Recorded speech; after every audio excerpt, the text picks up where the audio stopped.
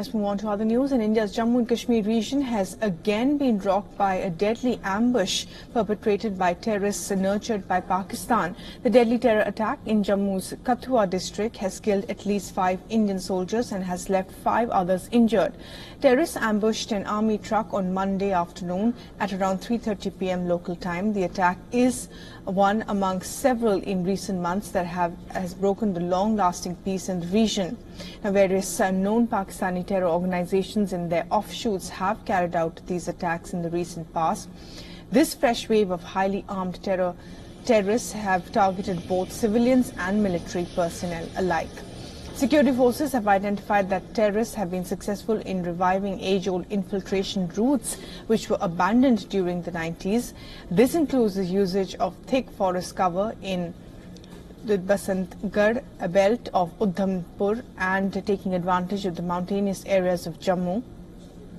The infiltrators have also exploited the natural caves as hideouts and rivers for infiltration bits. These attacks come amidst waning support for terror from local communities in the region. Reports indicate that Pakistan is determined to keep the conflict alive, and it has issued directives to various terror outfits on its soil to push into Indian territory. This set pattern of terror and talks has long been a part of Pakistan's rigged foreign policy towards India.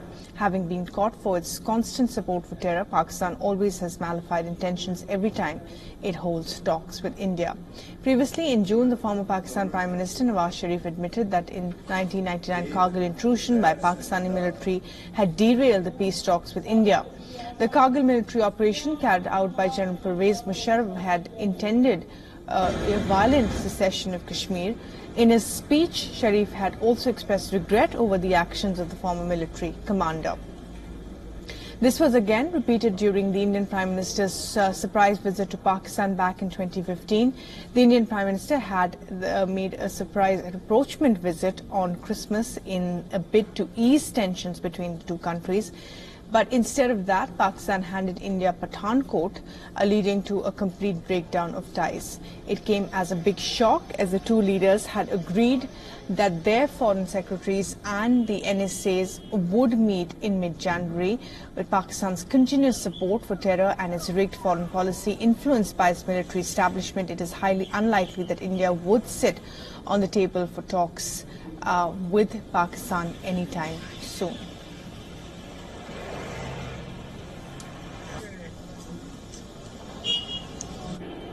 For all the latest news, download the WION app and subscribe to our YouTube channel.